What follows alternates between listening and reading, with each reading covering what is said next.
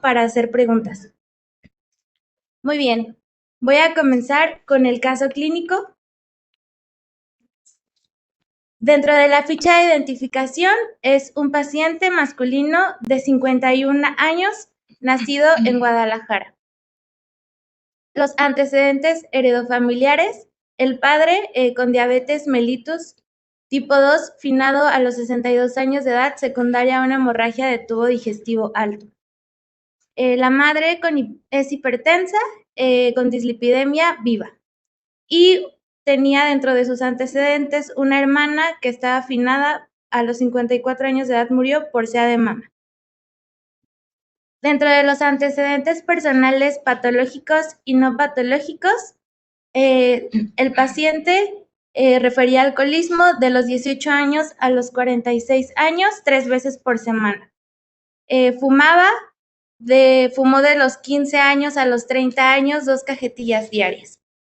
Toxicomanías: consumo de marihuana a los 20 años y biomasa negada. Se le diagnosticó en 2010 una esofagitis erosiva y tuvo por ella sangrado del tubo digestivo alto. En 2014 se diagnosticó con hepatitis alcohólica, alergias negadas, quirúrgicos negados, traumáticos negados, hospitalizaciones y transfusiones múltiples, que vamos a hablar más adelante. Dentro de los antecedentes laborales, el puesto actual: él trabajaba en una empresa de prestación de servicios mecánicos automotrices. Él ingresó el 30 de julio del 2012, trabajaba de lunes a viernes, de 9 a 2 y de 4 a 7. La antigüedad en ese momento, era de 4 años. Y bueno, él usaba equipo de protección personal, lentes y zapatos de seguridad. Su puesto era supervisor y sus actividades era abrir el taller, un recorrido para ver pendientes, revisar herramientas y materiales faltantes, explicar al cliente el diagnóstico vehicular y comprar refacciones, los requerimientos que necesitaba para el puesta completa, fuerza y arcos de movilidad completos. Su último puesto, y también el puesto que tuvo al inicio de su vida laboral, fue dentro de una empresa de reparación y mantenimiento de compresores y aires acondicionados de vehículos. Trabajó desde 1992 hasta el 2012, de lunes a viernes, de 9 a 2 y de 4 a 7. Su antigüedad era de 20 años. Disculpe.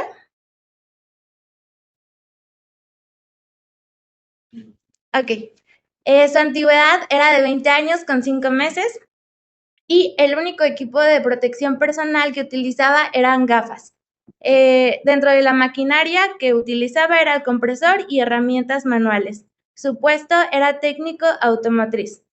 Las actividades que él desarrollaba en este puesto era la reparación y la fabricación de mangueras, tubos, compresores, vaporizadores y condensadores,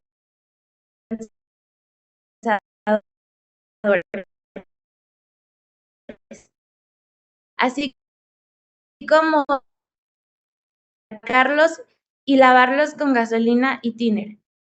Así como también otra de las actividades que realizaba era cargar el aire acondicionado a los vehículos, lo conectaba del tambo al manómetro del auto. Esto lo hacía de 7 a 8 veces por día, con exposición a refrigerantes como era gas R134A, R141B, R22, thinner, gasolina, pinturas y limpiador inteligente Ultra X.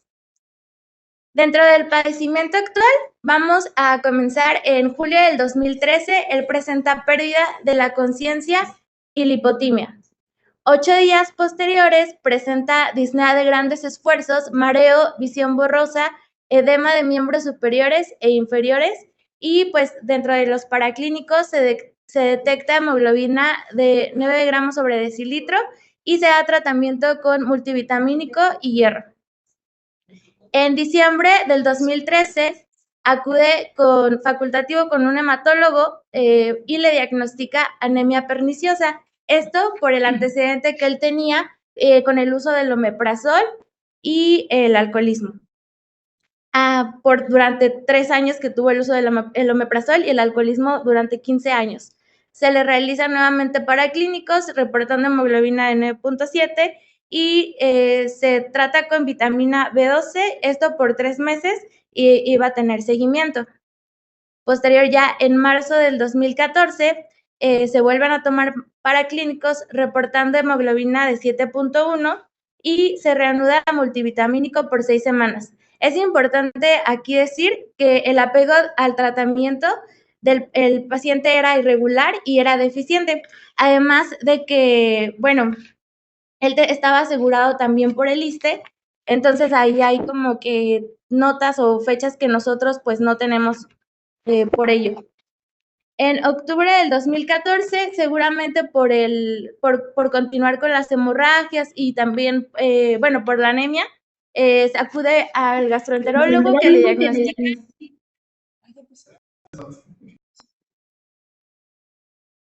le diagnostica gastritis severa mediante una endoscopía. Y en enero del 2015 recibe su primera transfusión por la persistencia de la anemia. Es cuando, en marzo del 2015, el hematólogo le solicita biopsia aspirado y citogenética y aquí les puse lo que se encontró. En la biopsia de médula ósea se encontró hipercelularidad de 70% con presencia de megacariocitos atípicos sugestivos de displasia. En el inmunofenotipo, por la citometría de flujo de médula ósea, se encuentran alteraciones fenotípicas en la serie granulocítica con CD110, CD13 y expresión de CD64. Y bueno, como es necesario evaluar las características inmunofenotípicas de células en sangre periférica y la médula ósea para tener para considerar ya el apoyo del diagnóstico del síndrome mielodisplásico, así que se debe de realizar la citogenética, el estudio.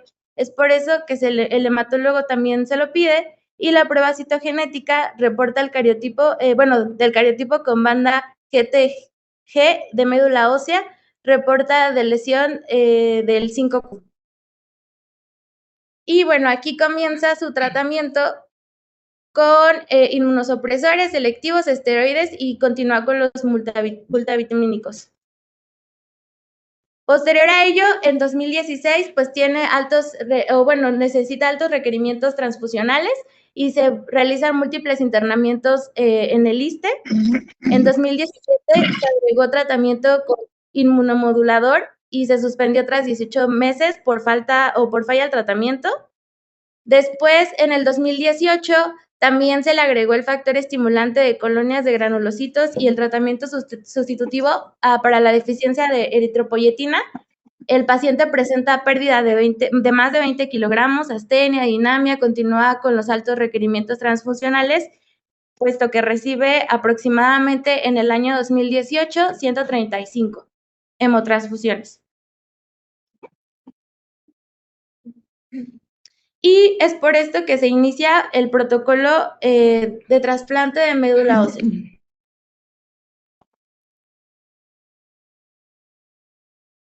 Se perdió la... Perdón, dejamos de ver la presentación. Sí.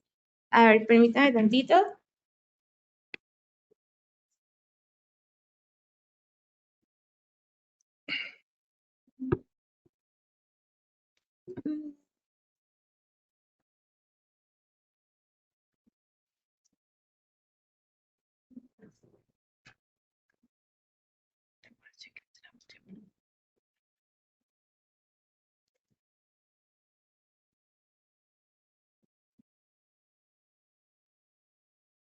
Permítanme, me parece que... Perdón.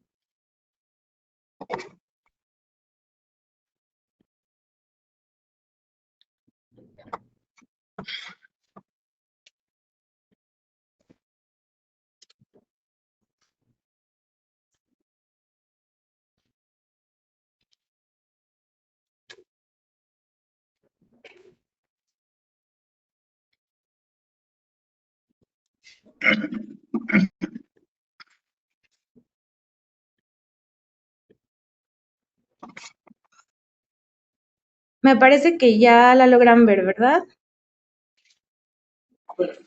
Sí, listo, ya se ve. Muchas gracias. Se inició el protocolo del trasplante de médula ósea en 2018 y es cuando llega con nosotros en noviembre del 2018, es enviado al Servicio de Salud en el Trabajo, ya con 220 días de incapacidad acumulados, con un pronóstico funcional malo en caso de no realizar el trasplante. Vamos a... En ese momento que llega con nosotros el 13 de noviembre del 2018, presenta astenia, adinamia, mareo, visión borrosa, cefalea occipital, tinnitus, anorexia, palpitaciones y disnea de grandes esfuerzos, así como que el paciente continuaba con las transfusiones sanguíneas semanales. Dentro de la exploración física, el peso del paciente 65 kilogramos, su talla 1.70 metros, su índice de masa corporal 22.49, su frecuencia cardíaca de 80, su frecuencia respiratoria de 16, su tensión arterial de 90-80. Y bueno, dentro de la historia de la exploración física, el masculino de edad igual a la cronológica, palidez de tegumentos, la marcha era independiente, se palpaba una cadena cervical, adenopatías en la cadena cervical, los campos pulmonares bien ventilados, ruidos cardíacos rítmicos, presentaba un soplo anémico multifocal, un abdomen blando sin datos de irritación peritoneal y en extremidades superiores e inferiores de petequias. Muy bien, vamos a continuar con la patología. Aquí vamos a hacer una pausa, por favor. ¿Los residentes de alguna sede tienen alguna pregunta sobre lo que han presentado hasta ahora del caso clínico? ¿Algo que quieran preguntarle a sus compañeras, información que les falte, estudios que les falten, no sé, alguna pregunta por ahí?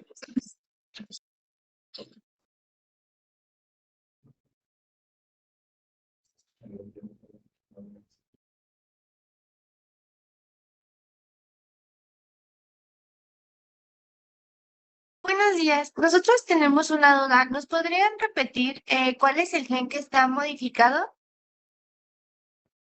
5Q.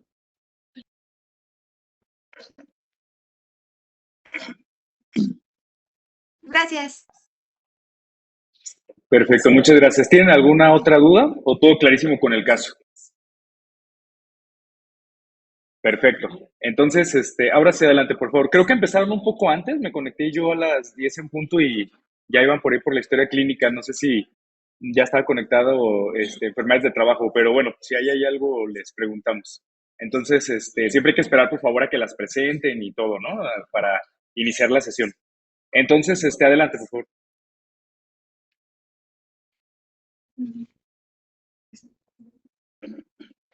Bueno, buenos días, vamos a continuar. Mi nombre es Cecilia Gómez Dávila, soy R2 de Medicina del Trabajo. Bueno, vamos a hablarles un poquito acerca del síndrome mielodisplásico. Comentar que se comprende o es un grupo de entidades de origen clonal. Es un tipo de neoplasias, que afectan a la célula madre hematopoyética. Y esto se traduce a que hay un desajuste o que hay una alteración en la capacidad de proliferación y diferenciación de la célula progenitora hematopoyética, por lo cual puede haber una disrupción en cualquiera de las tres líneas, ya sea a nivel de eritroide, megalopoyética o de granulocitos, y que tiene un riesgo de transformación en leucemia aguda mieloblástica. Es una de las características de este síndrome. Comentarles nada más un poquito acerca de la epidemiología, ¿ok? Esta incidencia, la primera que yo les voy a presentar es en Estados Unidos. Nos dice que es de 3.4 en 100,000 habitantes. Sí es importante mencionarles que dentro de los estudios encontramos que se caracteriza por presentarse en las edades extremas de la vida, en niños pequeños o en adultos mayores. Se comenta también que la incidencia esta aumenta también cuando la edad va aumentando. La mayoría de las mielodisplasias secundarias, aquí se hace mucho énfasis en la literatura, que pueden aparecer por el uso de factor estimulante de colonias de granulocitos. Es un tratamiento que se utiliza en los niños con leucemia. Puede haber asociación entre familiares y factores de riesgo. Ahorita les voy a mencionar los factores de riesgo. Y que puede haber antecedentes heredofamiliares con deleción del 5Q, del 7Q o alteraciones plaquetarias hereditarias. Ok, aquí nada más mencionarles de la incidencia, que es de 4 a 12 por 100,000 por año, que la aparición en la edad pediátrica y en el adulto joven es rara. Les estoy hablando acerca de la literatura. Y que el predominio es en el sexo masculino. Aquí nada más les quiero comentar que en el Registro Mexicano de Enfermedades Hematológicas, en el 2012 se llevó un estudio en la Ciudad de México, donde se encontró que había incidencia en menores de 60 años y que, contrario a la literatura de Estados Unidos, aquí el síndrome fue más frecuente o apareció en mujeres con mayor frecuencia. Bueno, la clasificación, bueno, hay dos tipos. El primario, en el cual pues se puede decir que es idiopático, así lo dice la literatura, y el secundario pues puede aparecer por varias situaciones. Por ejemplo, ya les había estado hablando que es común que las personas con antecedentes de leucemia y que han sido tratados con tratamiento como factor estimulante de la colonia de los granulocitos lo pueden presentar. También se asocia a agentes o tratamientos que se usan en la leucemia, por ejemplo, agentes alquilantes. Hacía la mención acerca de las epidofilotoxinas. Es un tratamiento novedoso, utilizan la planta de la mandrágora y también puede producir síndrome mielodisplásico. Disculpe. ¿Todo bien? Ok. Bueno, también se hablaba también de otros medicamentos, ya les había comentado que se utilizan en la leucemia, también se habla acerca de la antraciclina, se habla acerca de síndromes genéticos, sobre todo heredofamiliares, está la anemia de Fanconi, el síndrome de Schwarman y también se habla acerca del síndrome de Down, encontré también ahí, por ahí.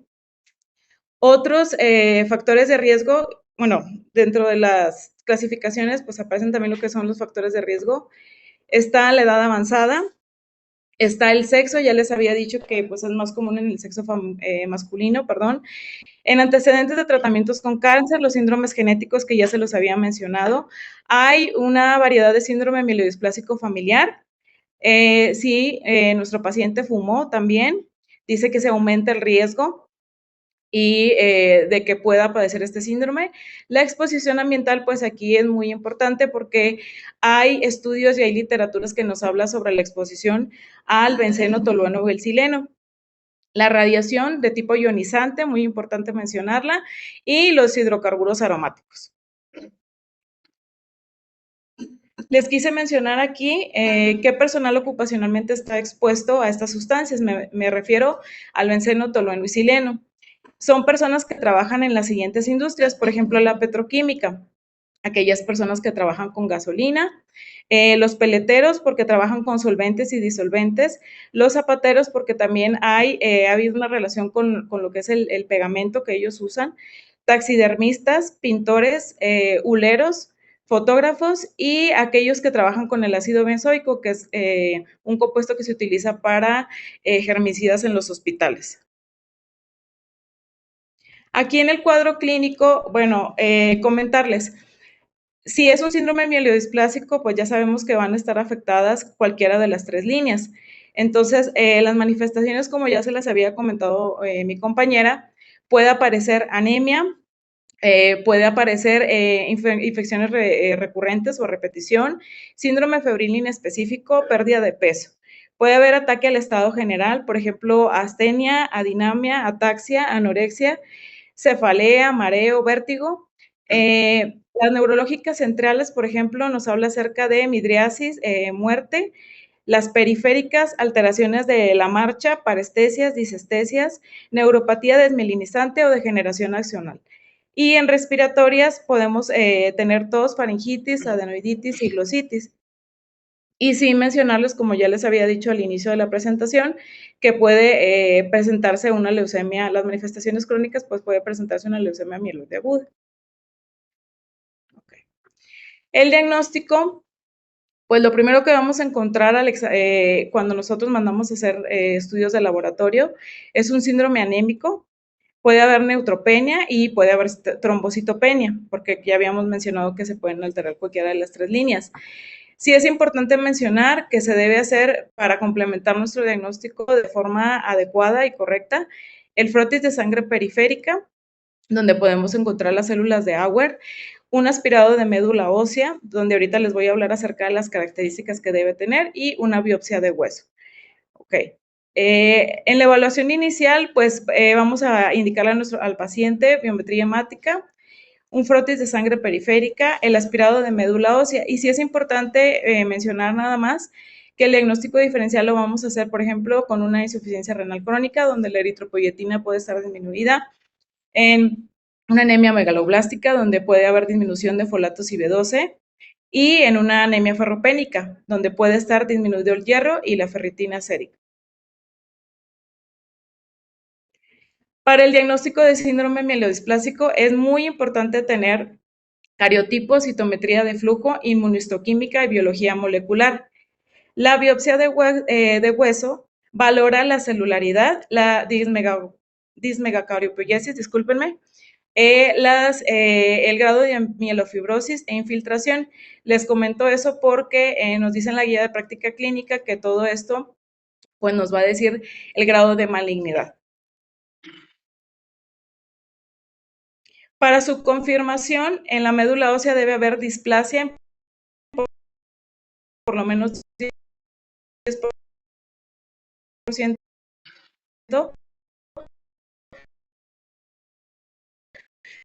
de las células en cualquier ósea, del 5 al 19%, o anormalidades por cariotipo. Solo para mencionarles, quise ponerles aquí, les quisimos poner las clasificaciones, que es la francesa británica y la OMS, que en la actualidad, pues la que se está usando es la clasificación de la OMS, porque nos va a permitir, predecir la supervivencia y la progresión a leucemia mieloblástica. ¿Qué pasó? Ya sé, ok. Un momentito. Un momentito. ¿Pueden ver la presentación, compañeros? Sí, sí se ve. ¿Se ven las tablas de la clasificación? Sí. Sí, se ven las tablas de clasificación de la OMS y la FAB. Sí, gracias. Ok. Listo. Gracias. Mencionarles Perdón, antes de que terminen el tema, me avisan para ahí hacer otra pausa para las preguntas, por favor, para que no le den clic a la siguiente, no sé si ya sea el resultado. Entonces, su última diapo, nos avisan para hacer otra pausa. No, doctor, todavía falta. Todavía falta un poquito. Yo le aviso. Sí. Ok. Continuamos. La leucemia mieloide aguda, nada más se los vamos a mencionar, es un grupo de trastornos hematológicos, es una etiología maligna, de progresión rápida, fenotípica. Se caracteriza por la proliferación clonal desregulada de células inmaduras y es el resultado de resultado de la transformación de precursores hematopoyéticos. Aquí nada más mencionarles que pues en la literatura menciona que son de origen mutagénico.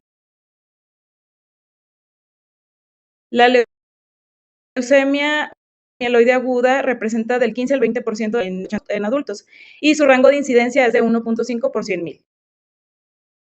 Aquí nada más comentarles los factores que contribuyen a su desarrollo. En la literatura está la exposición a radiaciones ionizantes, las altas concentraciones a benceno, agentes quimioterapéuticos, hablan otra vez acerca del cigarro o el hábito de fumar y también la obesidad. Sí les quiero nada más comentar aquí, encontramos un estudio que nos habla acerca de la exposición ocupacional de benceno, tolueno y sileno de la Gaceta Médica del IMSS del año del 2018, donde nos habla acerca de que de la asociación de estos tres componentes que, como ya habíamos comentado, están en muchos compuestos, ¿verdad? Que utiliza el hombre en su vida diaria. Comentarles que se habla acerca de que hay un mecanismo hematotóxico nos habla acerca del citocromo P450, donde nos dice que el benceno es capaz de producir una hematotoxina. Una vez que su vía de ingreso al organismo sea respiratoria o cutánea, esta alcanza el torreno sanguíneo.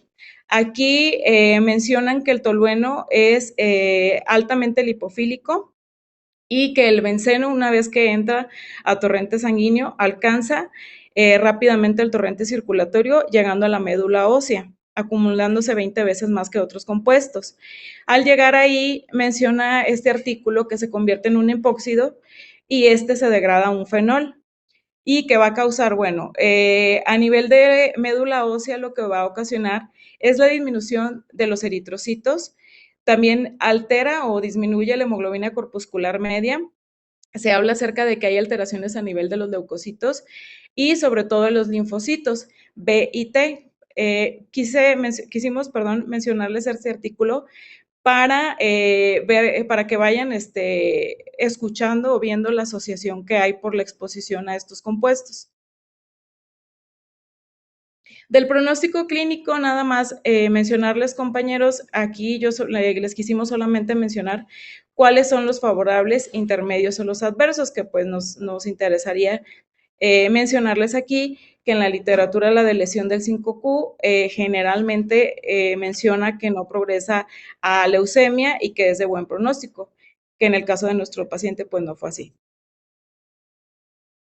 Ok, la conducta terapéutica de los síndromes mielodisplásicos pues va a depender del índice pronóstico, de la edad, de las escalas de Eckhoff y Karnofsky y de las alteraciones citogénicas. El tratamiento de soporte se le va a dar a qué tipo de pacientes, aquellos que tengan riesgo bajo o intermedio y que presenten anemia y trombocitopenia. Lo primero que se hace en estos pacientes es la vigilancia clínica, soporte psicosocial, la evaluación de la calidad de vida. Se le puede dar un apoyo transfusional, menciona las guías de práctica clínica, que se hace se trata de mantener, la hemoglobina entre 8 a 10 gramos por litro. El tratamiento con quelantes de hierro se utiliza aquí en México la desferoxamina y se utiliza en caso de que el hierro esté por encima de los 1000. También menciona las citocinas y el apoyo transfusional que ya les habíamos comentado. Podemos transfundir concentrado eritrocitario, plaquetas, mantener los niveles de hemoglobina aceptables, que ya les mencioné que es entre 8 y 10. Se prohíbe el uso de medicamentos como ASA y AINES, sobre todo en aquellos que tengan un recuento plaquetario por debajo de los 50,000. La eritropoyetina se puede usar conjunto, al factor estimulante de colonia de granulocitos. Hay especificaciones, por ejemplo, una leucopenia por debajo de 1000 y en aquellos pacientes que tienen infecciones a repetición. ¿Okay? Y se puede combinar con la eritropoyetina recombinante humana a las 12 o 16 semanas. Aquí nada más pues les voy a mencionar acerca del Vitex, que es un acrónimo que en la literatura significa benceno, tolueno, etilbenceno y silenos. Son compuestos orgánicos volátiles, se encuentran en el petróleo y en los productos derivados. Importante mencionarles que el benceno, dentro de la clasificación internacional de la IARC, está como grupo 1. Se usa como materia prima para síntesis de otros productos. Es un contaminante de varios combustibles y pegantes, y que anteriormente se usaba como disolvente. Les quisimos aquí agregar o presentar, también acerca del thinner, que se utiliza como un disolvente, disolvente o diluente. La composición es un disolvente principal de tolueno y como cosolvente el benceno. Aquí en la IARC está como grupo 3, ¿sí? No clasificable como carcinógeno para humanos. Aquí nada más les pusimos como mención la hoja de datos de seguridad. Solamente pusimos una parte, no pusimos todas. Muy bien. Dentro de los estudios de laboratorio, para determinar la exposición a benceno, a benceno, tolueno y sileno, tenemos el ácido benzoico para tolueno, sileno en sangre. El tolueno en sangre nos dice que el índice biológico de exposición es de 0.02 miligramos por litro y que se debe de tomar antes del último turno de la semana laboral. El tolueno en orina es de 0.03 miligramos por litro y se debe de tomar al finalizar la jornada laboral. El ácido hipúrico en orina, el ácido metilhipúrico en orina también, cuyo aquí les estoy mencionando lo que están en las nuevas tablas. ¿Perdón? Perdón, Martín Esteves, tienes prendido tu micrófono, ¿lo podrías apagar, por favor? Bueno, continúo. El ácido metilhipúrico en orina, mencionan las nuevas tablas que el índice biológico de exposición es de 1.5 gramo por gramo de creatinina. Y el ocresol en orina, el índice biológico de exposición es de 0.3 miligramos por gramo de creatinina y se toma al final de la jornada laboral. Les agregamos aquí otros estudios, está la albúmina en orina de 24 horas, depuración de creatinina, las pruebas de función hepática y la biometría hemática completa. Les vamos a mencionar aquí nada más rápidamente acerca del monitoreo biológico de la norma 047 de la Secretaría de Salud de 2011. Ok. Del benceno, el ácido fenilmercaptúrico en orina al final del turno, el índice biológico menciona 25 microgramos por gramo de creatinina. El ácido T-mucónico, en orina al final del turno nos dice que el índice biológico es de 500 microgramos por gramo de creatinina. Del tolueno encontramos que el ocresol en orina es de 0.5 al final del turno de trabajo. Del ácido hipúrico es de 1.6 por gramo de creatinina. Del tolueno en sangre previo al último turno de la semana de trabajo es de 0.05 miligramos por litro. Y que de los silenos tenemos que el ácido metilhipúrico es de 1.5 gramos por gramo de creatinina.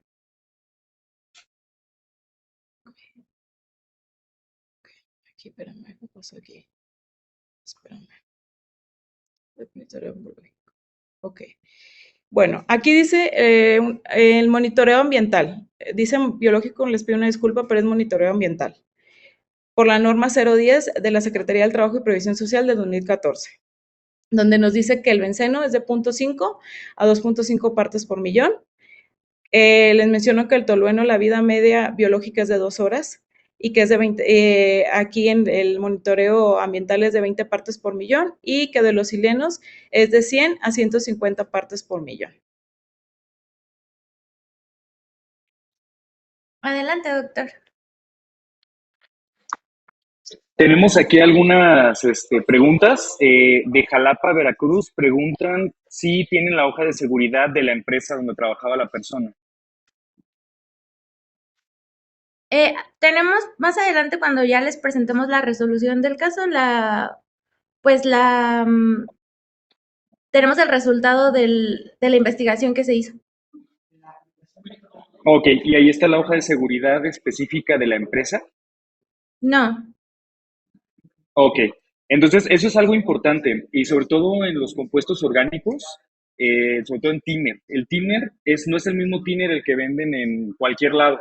Hay un estudio, ya es viejito, de los 90s, donde hicieron una revisión de todos los componentes que tienen los thinners en México y hubo una variabilidad impresionante, ¿no? Desde unos que eran puro tolueno hasta otros que eran una gran cantidad de benceno. Entonces, siempre tienen que tener la hoja de seguridad de la empresa, no se vale bajar hojas de internet, no son las mismas. Entonces, eso es uno de los comentarios. Otro, preguntan, ¿considero necesario que se realice una descripción de la caracterización de la exposición de los agentes químicos identificados en las actividades relevantes? No sé si eso lo traen más adelante en la resolución. Pues, o sea... Sí,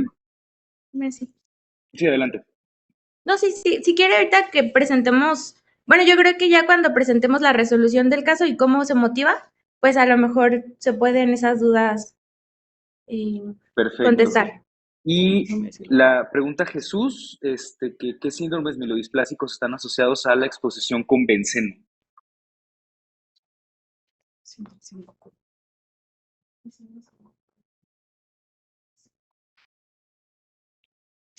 De lesión del 5Q. Sí, lo mencionamos. ¿La de lesión del 5Q está asociada a la exposición a benceno? Es la del paciente. Bueno, si gusta, vamos a continuar con la presentación del caso. cuáles son asociados a benceno. O sea, de los que ustedes investigaron ahorita que ya presentaron el tema, no del caso. Ujú. ¿Cuáles síndromes mielodisplásicos de todos los que hay, de acuerdo a la clasificación de la OMS, asocian a exposición a benceno? Porque ciertamente, me imagino por lo que dice Jesús, no son todos. Entonces, ¿en La, cuáles se ha leu- encontrado que existe una asociación epidemiológica? la leucemia mieloide aguda, Pero síndrome mielodisplásico, me está preguntando. pero Ajá. bueno, ¿Cuál más? la la mutación del gen TP53. Esas son las que yo... Síndrome de lesión del cinco. No.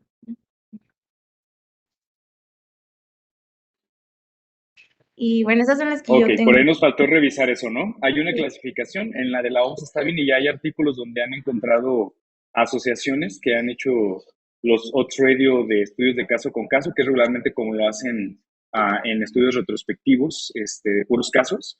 Entonces hacen asociaciones caso con caso, exposición, caso no expuesto, ¿no? Y sacan odds ratio. Entonces, ya hay algunos específicos y no son todos los síndromes mielodisplásicos. Entonces, pues bueno, ya hay varias de esas revisiones, ahí luego lo checan. Aprovecho el espacio. ¿Alguien de alguna de las sedes quiere hacer alguna pregunta en este punto?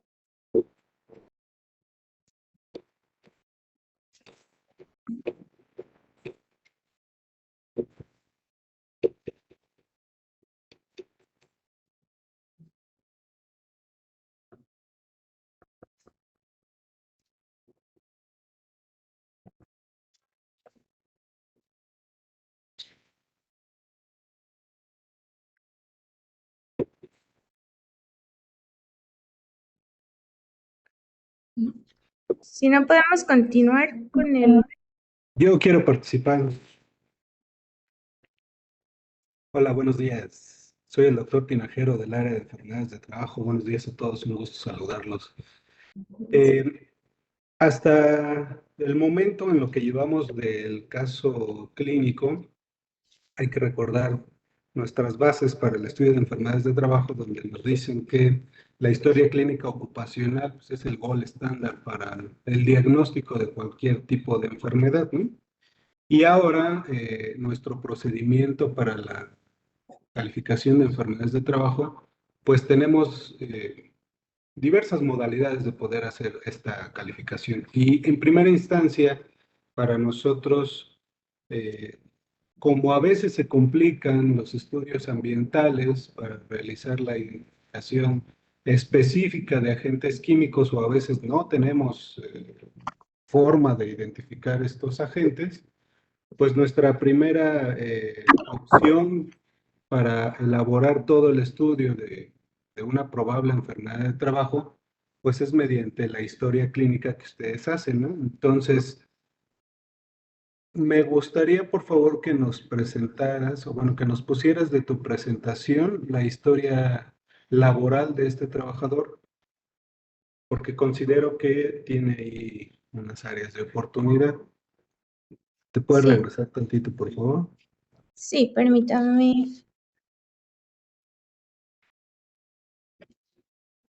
Am, no.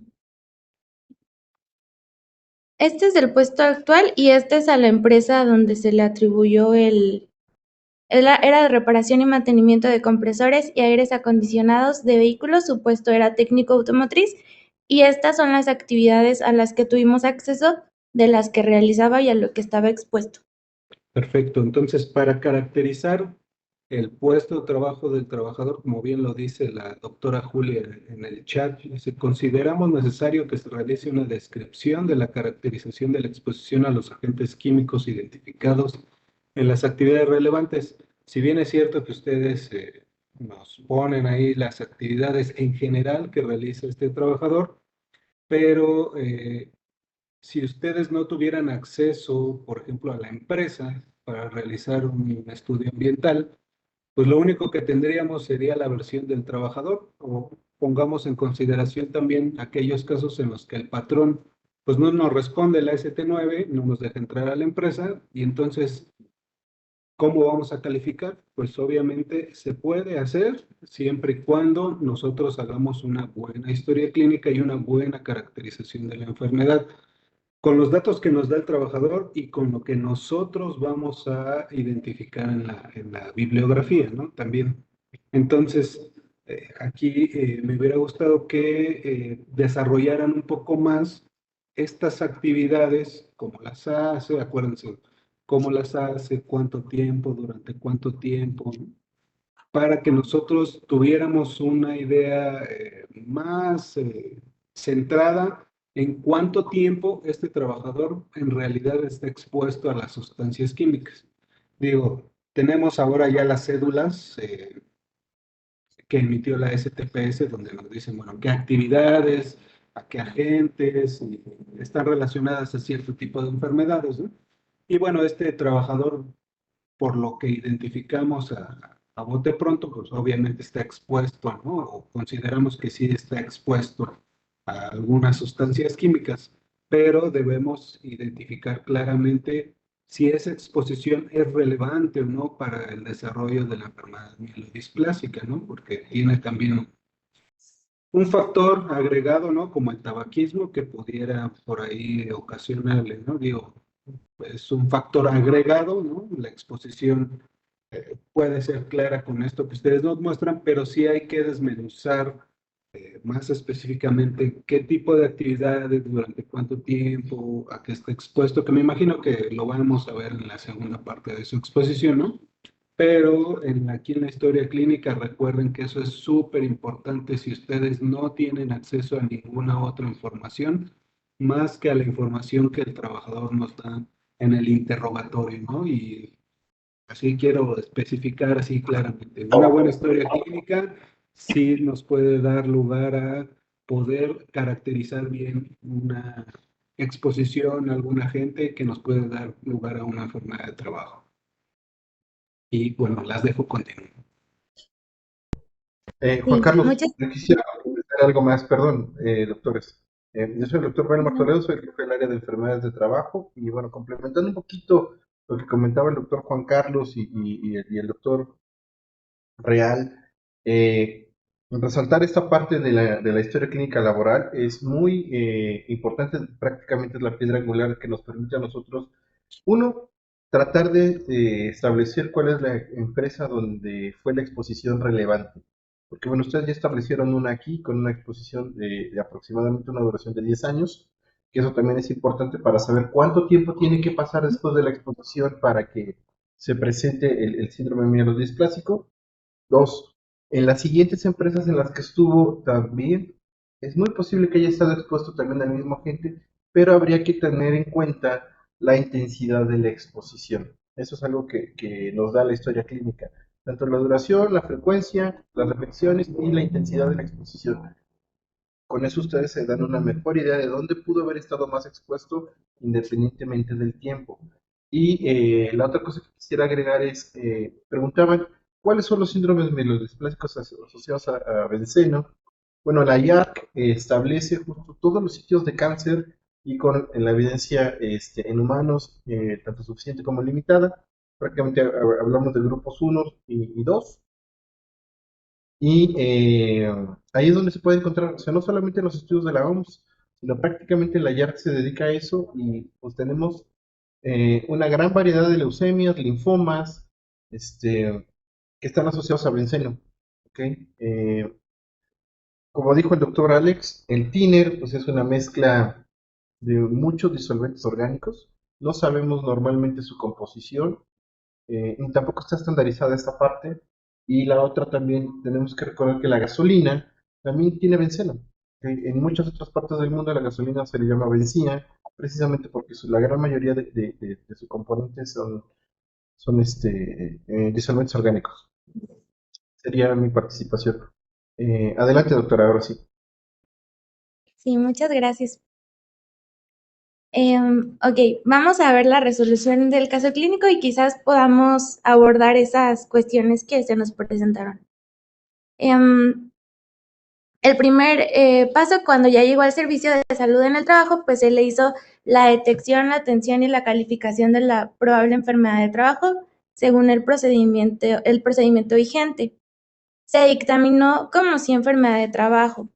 se fundamentó en la Ley Federal del Trabajo, en artículos 473, 475 y 481, y la Ley del Seguro Social en el artículo 41 y 43.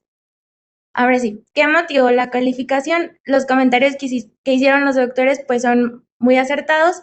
El paciente tenía pues dentro de sus antecedentes heredó familiares una hermana que falleció por SEA de mama. El tabaquismo estaba positivo con un riesgo intenso. También pues el curso de la patología fue que se llegó al diagnóstico de lesión 5Q. Ahorita vi que preguntaban en el chat cuáles de esos padecimientos que ya nos hicieron favor de poner en el chat presentaba la de lesión del 5Q. En realidad, pues se estudia a partir del 2016 como una hemopatía separada. La OMS así la clasificó, puede ser aislada la de lesión del 5Q o puede ser doble, o puede ser doble y a los 5 años de que se diagnostica, pues el pronóstico es que se convierta a una leucemia mieloide aguda. También hay cosas que dentro de la historia clínica, quizás con nuestro paciente, no es como tal como del libro, porque la de lesión del 5Q es más común en mujeres y se diagnostica entre los 60 a los 70 años, y nuestro paciente es hombre, y además pues se detectó a los 45 años, si se le hizo el diagnóstico. Quizás no cumple con esos criterios, pero bueno, pues no todos los pacientes son de libro. Dentro también del curso de la patología, algo que es relevante de la de lesión del 5Q dentro de los síntomas, pues o de los síndromes que tiene esta anemia refractaria. Entonces, pues por eso las múltiples requerimientos transfusionales que tenía el paciente. De los paraclínicos, pues que lo apoyan, la biopsia de médula ósea, la citogenética, que como tal es el estudio que dio la alteración del gen, y la citometría de flujo. Obviamente también los paraclínicos que se le hacían constantemente al paciente de una biometría hemática, donde veíamos pues que la hemoglobina se mantenía en niveles bajos. Las notas médicas, que también se motivó con las notas médicas. Contamos con la primera nota del hematólogo, del que hizo el diagnóstico, fue por particular. Hay notas con las que no contamos porque, como les repito, todo su tratamiento y sus internamientos fueron en el ISSSTE, entonces de esas no tenemos acceso, pero con las notas de que se valoró en hematología también, en Monterrey, y en medicina interna. También, pues, dentro de la investigación documental, si bien ya vimos que sí, el benceno ya nos comentó nuestra compañera y también los doctores, pues es cancerígeno, es en la clasificación internacional de la búsqueda del cáncer. Y bueno, existe investigación documental científica como tal, la de lesión del 5Q, quizás no se... Es verdad que no se relaciona con el benceno, pero la leucemia mieloide aguda, pues sí. Y también aquí es importante decir que el paciente con todo el tratamiento no tuvo mejoría. Entonces, normalmente, pues la de lesión del 5Q, pues pues sí, tiene buen pronóstico, hay mejor tasa de supervivencia, pero bueno, en el caso del paciente, pues no fue así. Entonces, sería inferir, porque más adelante, pues, el paciente fallece, y a lo mejor quizás ya no tuvimos acceso a lo que nos hubiera gustado quizás hacer lo siguiente, que es la exposición laboral, hacer un interrogatorio más allá. Solamente pues contábamos con nosotros con las notas, pero sí existe una exposición comprobada, documentada a la gente, que es el estudio de investigación. Esta empresa estaba dada de baja cuando se hizo este estudio. Aparte, si ustedes recuerdan, el paciente es de Guadalajara, la empresa era de Guadalajara, fueron la delegación de ella los que hicieron la investigación de la exposición de factores de riesgo laboral en apoyo a la calificación de la enfermedad de trabajo, y pues aquí se afirma que sí tuvo el contacto con estos agentes que ya habíamos mencionado. Pues es inferir, ¿verdad? Porque no conocemos como tal los límites de exposición y no tenemos bien, ya dijo el doctor, pues la hoja de seguridad. Pero bueno, aquí les presentamos los niveles de la norma 010, de la STPS del 2014, los niveles dentro de la NIOSH y la OSHA, que hablan sobre el valor límite de que estuvo expuesto en la jornada de 8 horas o en un contacto pico, o cuál es la exposición que está permitida. Aquí pues claramente sí es inferir, doctor, porque pues no tenemos como tal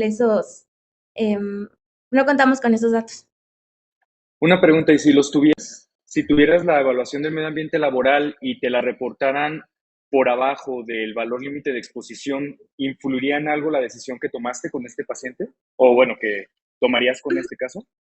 Pues yo pienso que no, bueno, a lo mejor para presentárselos a ustedes, pero pienso que, bueno, ya se está comprobado que la exposición significativa del benceno aumenta a partir de los 10 años posteriores a la exposición.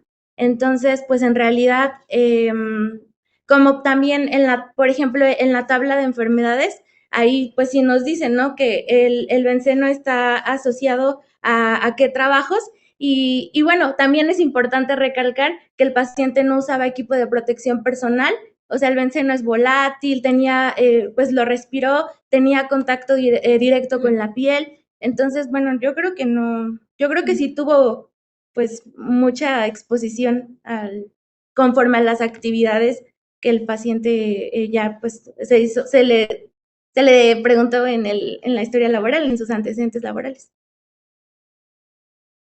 Ok, entonces los estudios ni los pedimos, ¿no? Eso no es algo que venga ya ni en el procedimiento para dictaminación de probable enfermedad de trabajo. Acuérdense que esos estudios son para hacer prevención, no son para dictaminar enfermedades de trabajo. Adelante, adelante. Ok, bueno, de los criterios de causalidad del epidemiólogo Bradford Hill, pues podemos encontrar consistencia, pues de conocer pues que sí hubo esa relación entre la causa y efecto que fue confirmada mediante el estudio de exposición que tuvo el paciente, depende de su puesto de trabajo, la temporalidad, que pues hay una latencia congruente que tuvo más de 10 años de exposición, y se puede asegurar que que por las fechas que pues sí estuvo con el factor de riesgo, la relación dosis de respuesta, porque como tal, pues sí hay este gradiente biológico, la frecuencia de la enfermedad sí aumentó con la dosis a nivel de exposición, y es algo que también está en las sí, en el centro, por ejemplo, nosotros revisamos el Centro Nacional de Información Biotecnológica, el resumen de compuesto del benceno, y pues sí dice que entre más exposición, pues, o el nivel de exposición, aumenta la frecuencia de la enfermedad. La plausibilidad biológica, pues sí existe revisión bibliográfica de acuerdo a ello, y pues la analogía, que en este caso podríamos decir, porque se fundamenta en relaciones de causa-efecto establecidas, si bien el diagnóstico que tenemos es de lesión del 5Q, pero bueno, sí, el benceno sí es un factor de riesgo que produce un efecto a la salud, eso es verdadero, y podría ser que otro con características similares pues debiera hacerlo. Y bueno, se iba a evaluar secuelas, pero bueno, se realizó la ST3 el 25 de mayo del 2019, lamentablemente el paciente fallece, y pues se realiza el ST3 por defunción en base a los artículos 55, la fracción 4 de la Ley del Seguro Social y 477, fracción 4 de la Ley Federal del Trabajo vigentes. Y pues sería, aquí tenemos unas preguntas, pero no sé. Tenemos unas A ver, en preguntas lo que alguien dice algunas preguntas, vamos a ir viendo los comentarios, y si alguna sede tiene alguna pregunta, pues adelante con levantar la mano o comentarlo. Y a ver, ¿desde dónde nos perdimos acá? Bueno, contestó el HGZ8, trombocitopenia esencial, leucemia mieloide crónica, mielofibrosis primaria, linfoma no Hodgkin, asociado a benceno.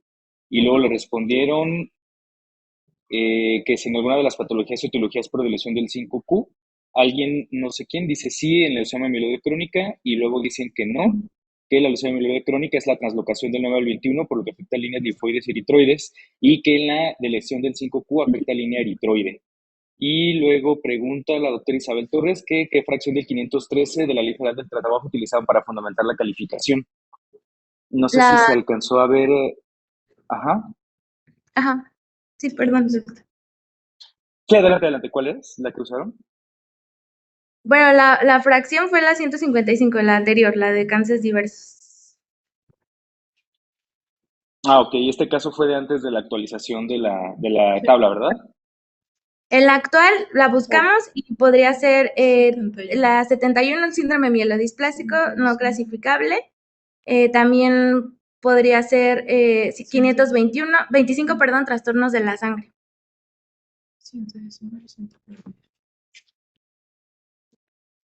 ok, perfecto. Bueno, si no tiene ninguna pregunta, mientras yo tengo una. En los criterios de Bradford Hills me faltó uno en los listados de los más importantes, que es la asociación epidemiológica o fuerza de asociación, que habla de estadística, ¿no? Encontraron que el benceno o alguno de los solventes a los que estaba expuesto tuviera una asociación estadística comprobada con el síndrome de lesión de 5Q.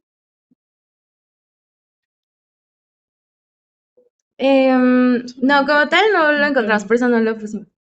Solamente total de exposición. Ok, ok. Bueno, no sé, ahorita reservas de lo que comente el área de enfermedades de trabajo, pero yo hice mi ejercicio de buscar criterios de causalidad con deleción del 5Q, porque, bueno, la deleción del 5Q no es cáncer, ¿no? Entonces, ahí tenemos esa como problema de que no vamos a saber qué clasificación es de la IARC. Entonces hice como que toda la búsqueda de ver si había plausibilidad biológica y demás. Y bueno, yo me quedé en plausibilidad sí, porque sí hay estudios en ratones donde han identificado que con benceno pueden simular una pues, disminución en la función del P450 y que en una de sus múltiples proteínas que ayuda a codificar, sí generaba una de lesión del 5Q, solo en ratones. No hay estudios en humanos que lo hayan encontrado. En este estudio que les comenté de que identifiqué que síndromes mielodisplasicos se asociaban a explosión específica a benceno, había varios, y como bien lo comentan ahí, era los de líneas eritroides, ¿no? Uno incluso se llama anemia persistente con exceso de blastos, y en otro, que en la clasificación es no me acuerdo cómo son las siglas, pero es que hay una línea disminuida, o sea, solamente una línea y ya, ¿no? Pero específicamente en el 5Q, que como bien lo acaban de comentar, ya lo sacaron de la clasificación de no clasificables, que es otro al que se asocia, las síndromes mieloproliferativos no clasificables, sí de hecho estos son los que más se asocian a benceno, los raros, y tiene lógica, las mutaciones por sustancias químicas pueden generar mutación en cualquier tipo, o sea, el benceno, además de ser cancerígeno, es mutágeno, entonces te puede hacer la mutación que quieras. Y justo están los no clasificables, y ese es el que tiene unos reglas de 11, o sea, una asociación de 10 veces más que cualquier otro síndrome mielodisplásico. Pero el 5Q no entra en esos, es uno que, como bien lo comentan, lo sacaron ya y tiene su propia clasificación, o sea, su propio apartado en la clasificación, y ese no se ha asociado con benceno en ese estudio.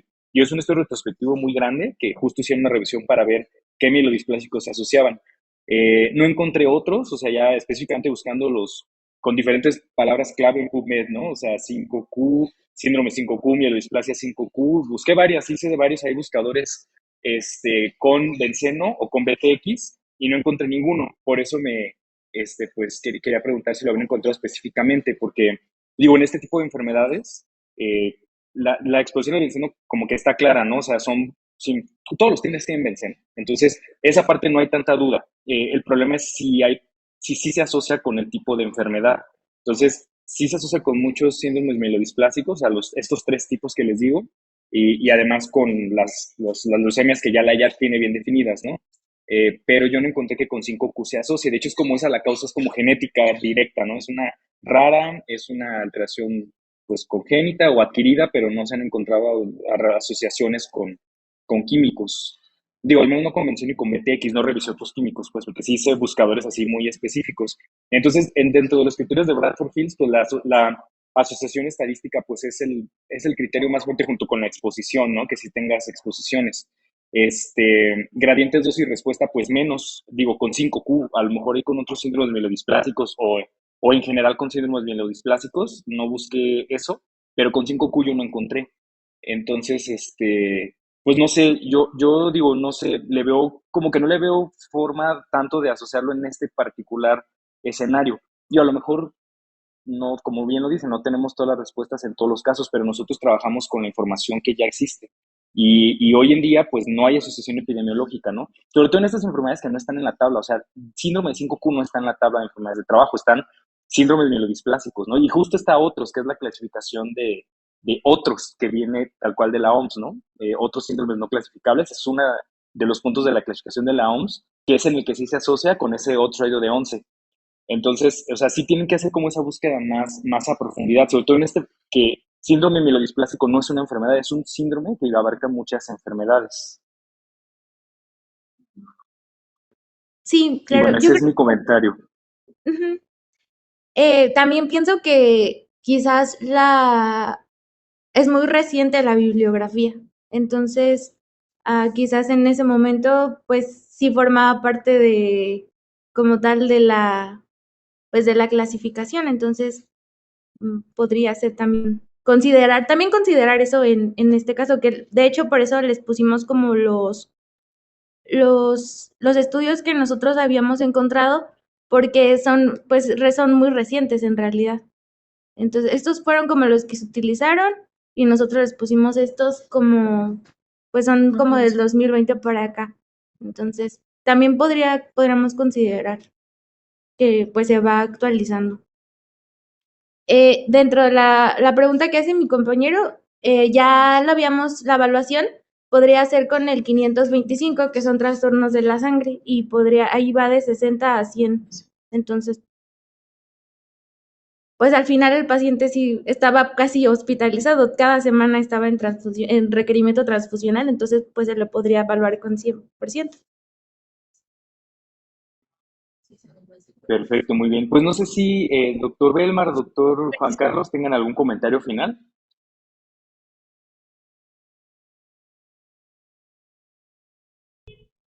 Sí, gracias, Alex. De manera general, el estudio de las enfermedades, como bien lo mencionaba el doctor Juan Carlos, se basa en la historia clínica.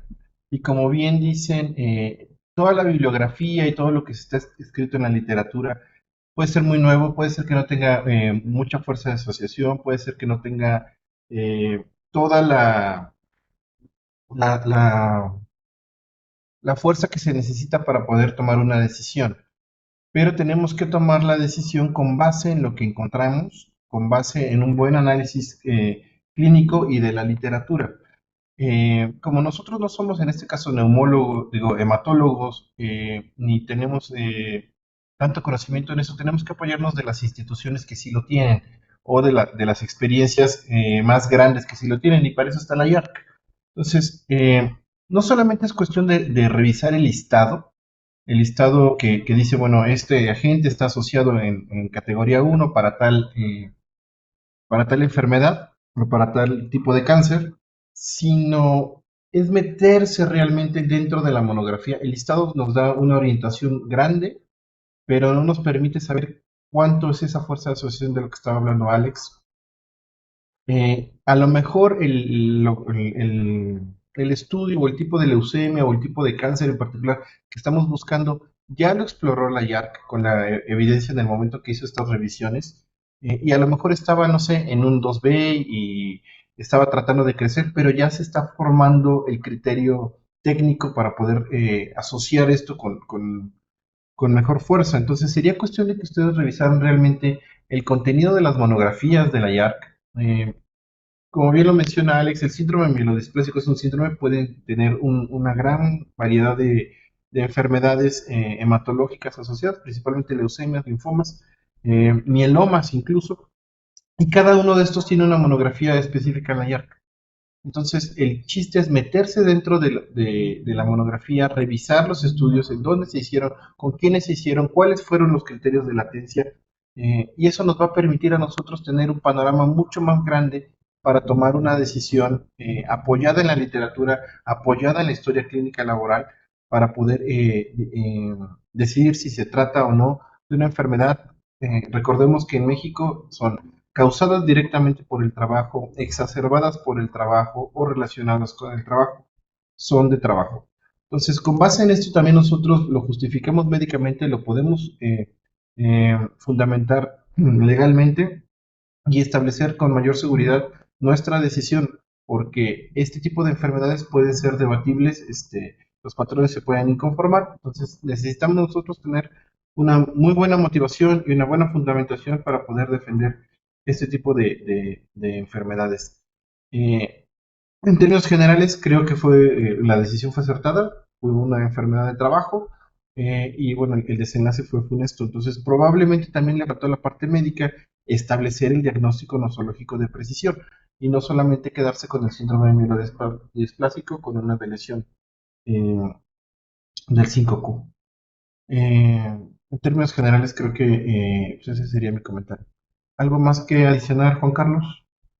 Sí, para complementar nada más en cuanto al manejo administrativo, por ahí escuché que la empresa ya estaba dada de baja, ¿no? Entonces acuérdense de lo que dice el procedimiento acerca del requisitado del anverso del formato ST9, cuáles son las leyendas que se tienen que consignar en los casos donde las empresas ya se encuentren dadas de baja ante el instituto, y también verificar el tiempo en que el trabajador, me imagino que está dado de baja, ¿no? Está de baja en la empresa o ya trabaja en otra empresa, o cómo es que tiene el seguro de riesgos de trabajo. Bueno, es que ese era su anterior puesto Ah, ok. y estaba afiliado pero con otra empresa. Lo comentamos al inicio. Ok, entonces acuérdense que el requisitado de la ST9 se hace con la empresa en donde se sugiere, se adquirió o tuvo la exposición al agente de riesgo, y hay que consignar las leyendas correspondientes en el rubro del mecanismo o de caracterización de la exposición laboral para no cargarle el riesgo de trabajo a la empresa actual, ¿no? Que es donde suponemos que no tuvo la exposición, o identificar bien si en las dos empresas tuvo la exposición relevante, pues ver a cuál empresa le vamos a cargar ese riesgo de trabajo, ¿no? Nada más. Muchas gracias.